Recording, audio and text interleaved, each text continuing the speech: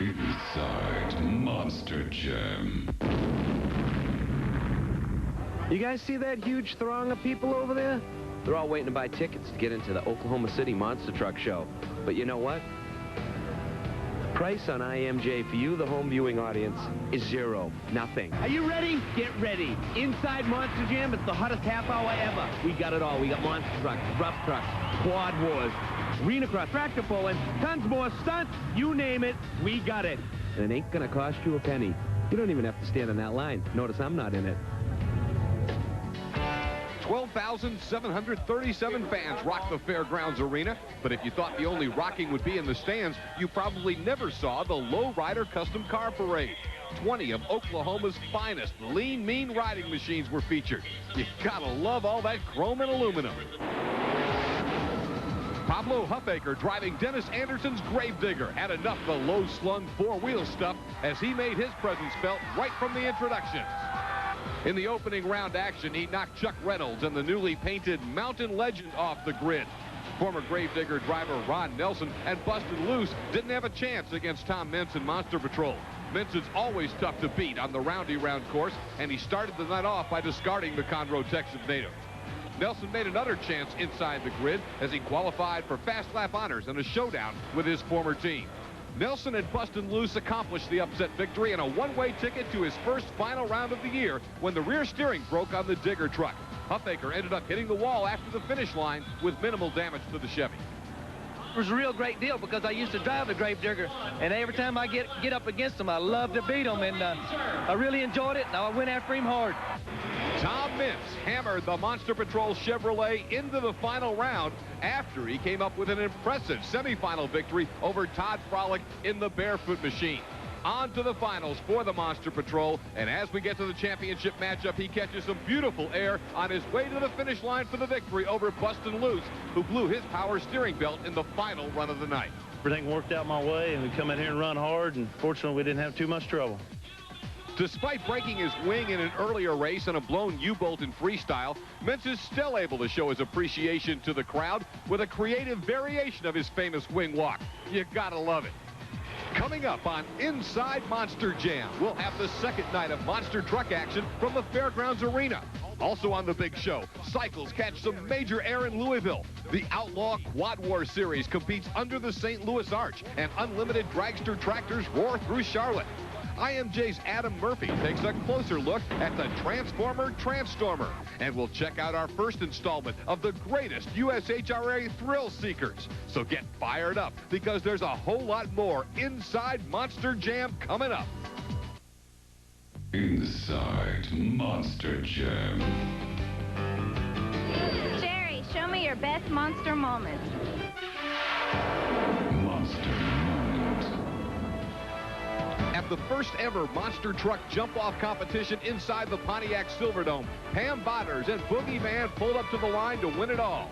Instead, when she landed, Pam ended up going full into the wall. Not only does she pop out the windshield, but also snap the knuckles off her axle, causing the wheels to break off. She emerged with very minor injuries, but her truck would need over $10,000 in repairs. You know, I hit third gear and I landed on the concrete, and I don't know if the throttle stuck or what it was, but I went for the brakes, had nothing. It was just a big mess. I'll tell you what, you hit that wall hard. I'm just glad it seems like you're all right. Hey, I'm sitting up in the stands with Tina Huffaker, Pablo's wife, Pablo, who drives the Gravedigger, like you couldn't tell. You look nice today. Oh, thank you. You're welcome. All right, we're going to take a look at this footage. We always have great stunts at all these shows. This is a collection of some of the most awesome stunts we ever captured on tape. Are you ready to rock and roll? Mrs. Huffaker. Yes. Thank you. Big smile. Well, it's always big anyhow. Thrill Seekers.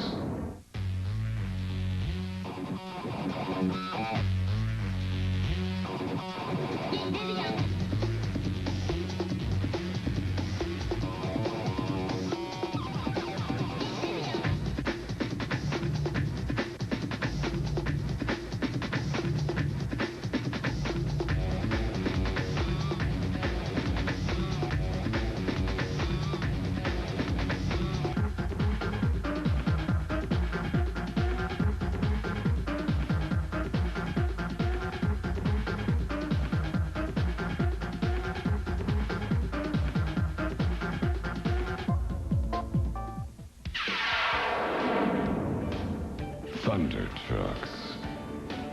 38,900 fans came out to the first ever USHRA-sanctioned off-road event, and IMJ cameras were in place to capture all the action in the Thunder Truck class. On the off-road course that contained some 3,500 yards of dirt instead of the usual 1,200, some of the trucks had an easier time navigating the track than others. That caused a few headaches at the bottleneck, which forced some drivers to bang their way through the holdup. Now out front, number 737, Lee O'Donnell and his Toyota pickup jetted into the lead and kept Lonnie Andrews at bay for the victory. Outlaw Quad Wars. You know the series is heating up when the U.S. military is on hand inside the TWA Dome in St. Louis. Off the Le Mans start, Team North captain P.J. Hall in white breaks out of the pack first as he grabs the lead. Now out front is exactly where he knew he needed to be, trailing in the point standings 300 to 200. As he held onto the top spot, Hall maneuvered the quad wide and tried to run Team South captain Hank DeHart off the track. But on the final lap, DeHart made the power move past his rival and into the lead. He had some trouble on the last whoop leading into turn one. That opened a hole for Hall to pass. He held off DeHart for the checkered flag and the huge Team North victory. With a 3-race win streak, momentum has definitely swung the way of the North. We'll have round 7 from San Antonio, Texas, next week on Inside Monster Jam. Do you think those Quad War guys will ever get along? It's time to go racing. Now let's go to the Jammer question of the week. Sharpen your pencils. Jammer question of the week. Hi, we're the Woods family, and our Jammer question of the week is... What was the make of the first grave digger monster truck? While you ponder this week's Jammer question, take a look at the IMJ calendar. June 13th through the 15th at Charlotte Motor Speedway, it's the first ever U.S. Truck Fest. Over 1,000 trucks, including nearly 50 monsters, four-wheel drive pulling, side-by-side sand racing, and much, much more. We're looking forward to going to Truck Fest. Truck Fest is going to be cool. There's going to be over 1,000 trucks there. There's going to be 50 monster trucks, truck pulling, all sorts of games, activities going on. It's going to be awesome. And June 21st at Three Rivers Stadium, it's 12 trucks getting down at the Pittsburgh Steel City Monster Jam. Coming up next on Inside Monster Jam, we're going to go up close and personal with the Transformer. You don't want to miss it. Ah! Woo! Inside Monster Jam. We'll be right back. Here's your Jammer answer. Hello, I'm Dennis Anderson, and I have the answer for the Jammer question of the week. My first truck was a 1951 Ford panel truck.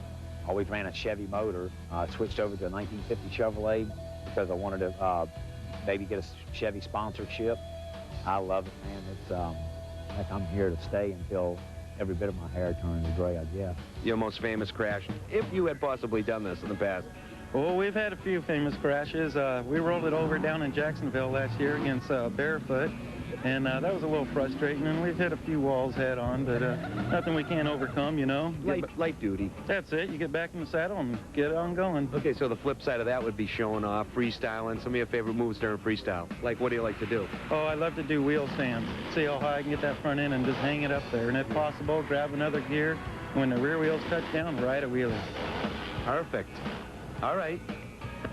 Could you sign some more autographs for the fans, please? Turn, smile for the camera. Go. All right.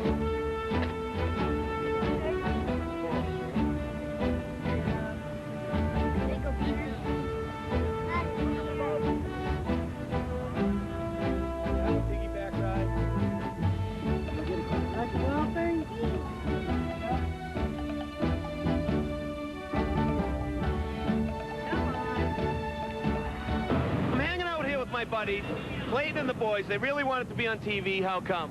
Because we wanted to be on TV. How bad? We like to be on TV. All right, you know what, buddy? My buddy Adam Murphy, he's the reporter for IMJ. Inside Monster Jam, he went out and he looked at the Transformer. You say it. Transformer. See, I knew you could do it. He's an industry professional. Check it out on Inside Monster Jam. You're the best, buddy!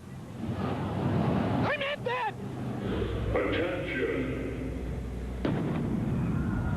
I said attention. I am Transformer 216. Pay no attention to that man behind the red glass door. Oh, my. We've got a wizard in here, but we're coming inside. Pay no attention attention to that man behind that door. Oh, my goodness. Take a look at all these controls. Tell us how they work. This is amazing. Actually, I'm not the wizard.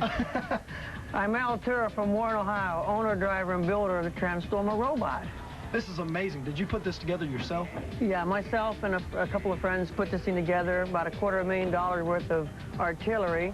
No, it's not purchased from NASA. It wasn't something that they disposed of years ago and we bought. We had to actually build this thing. But basically, it's an intergalactic space cop from the planet Zyklon. It patrols the galaxy and looks for enemy forces, and it got knocked off course by a meteor, and it landed right here.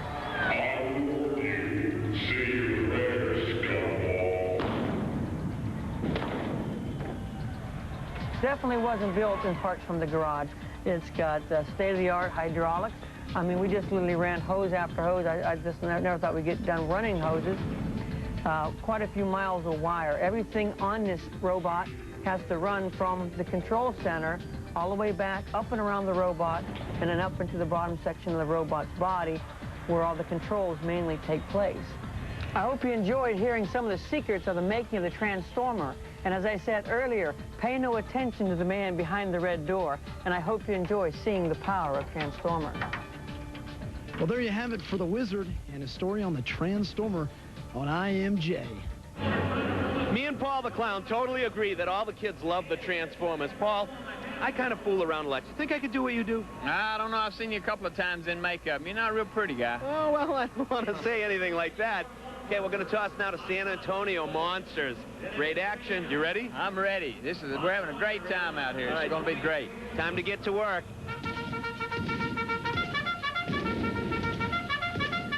San Antonio, Texas was once known for the Alamo. Now it's known for high-flying, full-throttle, car-crushing action. 48,133 monster maniacs were riveted to their seats for racing on the drag-style straight-line course. In early round action, Dennis Anderson's Gravedigger against Bustin' Loose. In typical Digger fashion, he broke the rear end, then slammed the 50 Chevy hard into the safety wall. Digger seems to always find a way to get the crowd pumped up. Moving to other first-round action, Monster Patrol and Reptoid both got some major air off the crushed cars. Advantage, Monster Patrol. Bigfoot knocked Survivor out of the running with his smooth run. Then the world-famous Ford demolished any hopes King Crunch had in making his way to the finals. In the process, the big blue Ford landed so hard, he destroyed his side door mirror. Monster Patrol defeating Bustin' Loose to set up a legendary final round matchup. Now, Bigfoot has the early edge off the crushed cars as they go to war in the finals. But Tom Mentz drilled the 1995 Chevy Monster Patrol past the Ford for the victory. In the freestyle, Tom Mentz does his memorable and trademark wing walk to celebrate the victory. Dan Runcie, not to be outdone this time, climbed out of the 1996 Ford and saluted the near-capacity crowd. Extreme jump-off. Children of all ages are dancing in their seats for the Louisville Cycle Jump-Off Contest.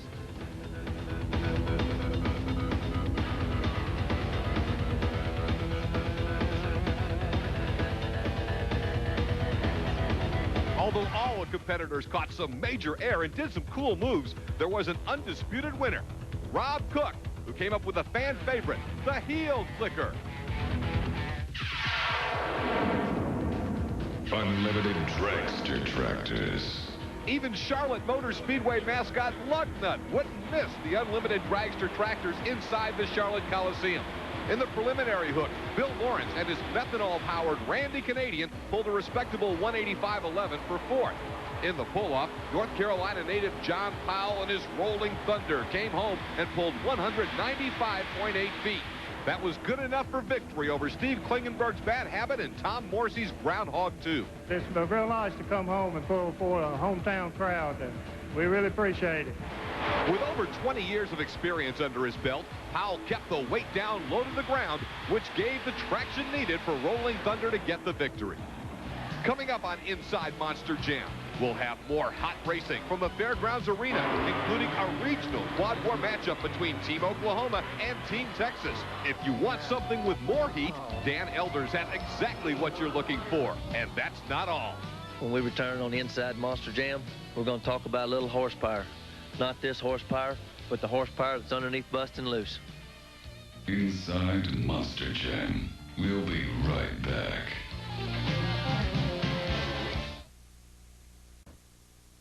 Inside Monster Jam.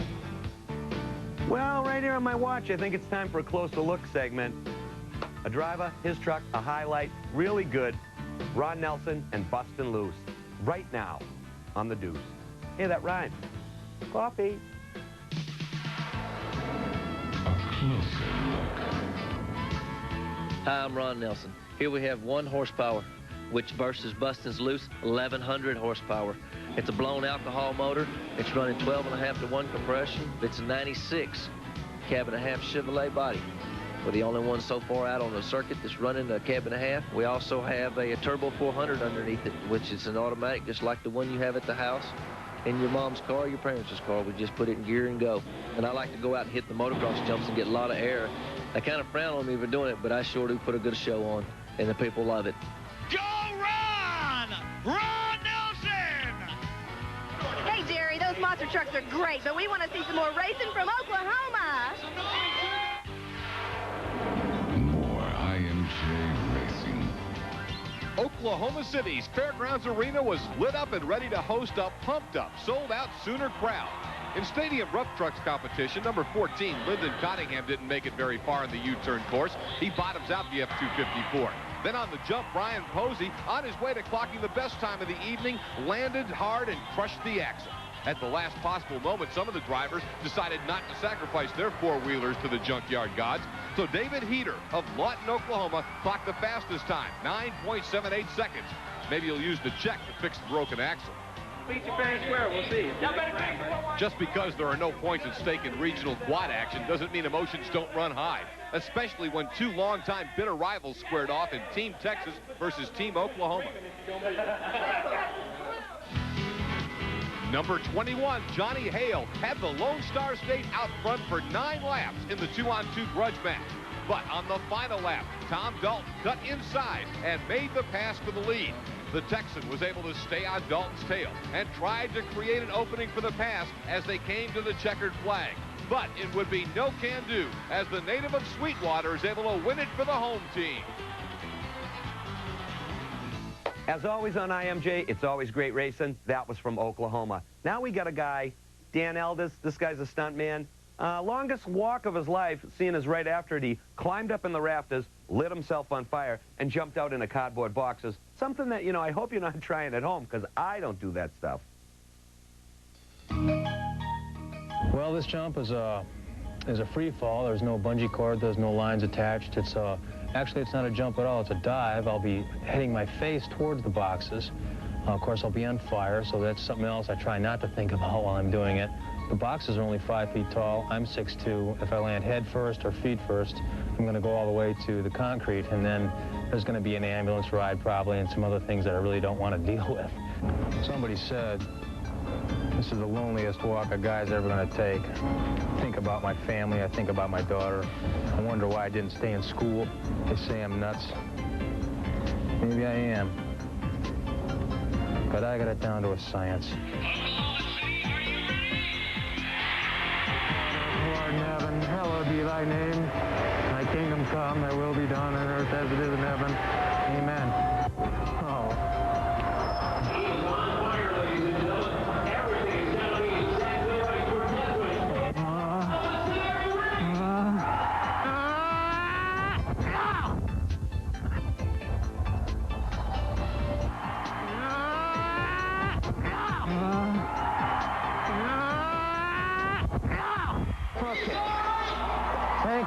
Thank you. Get me to the Advil.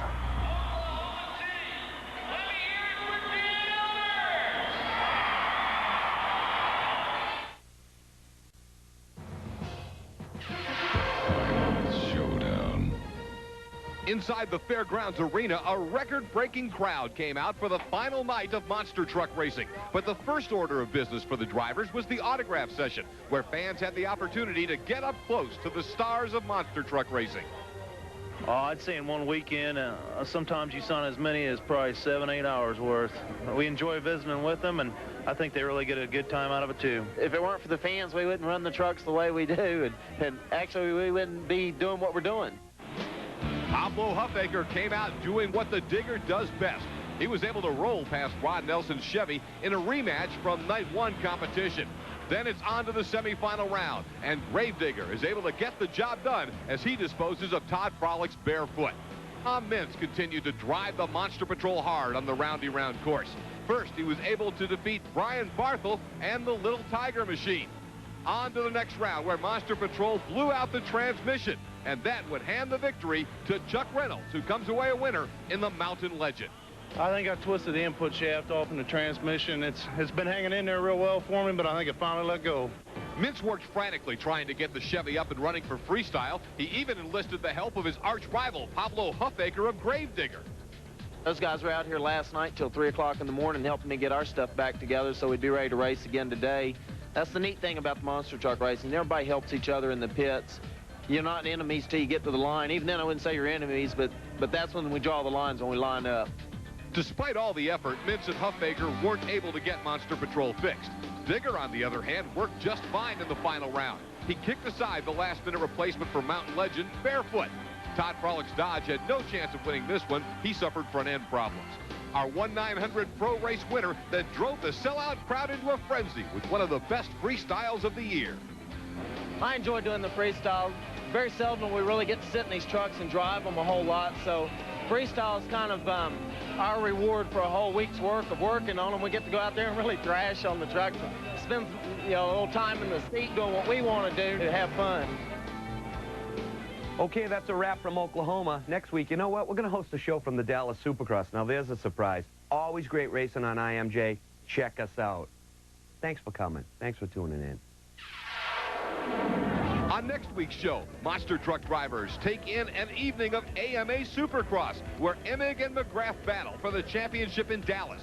Monster Patrol destroys his trademark wing in Minneapolis, while Dennis Anderson and Gravedigger are, well, Dennis Anderson and Gravedigger. We'll update the Outlaw Quad War Series from the Alamo Dome, mini rod polling from Charlotte, and a Thunder Nationals update from Dayton. All that and more coming to you Tuesday, June 3rd at 6:30 p.m. That's Tuesday, June 3rd at 6:30 p.m. right here on ESPN2.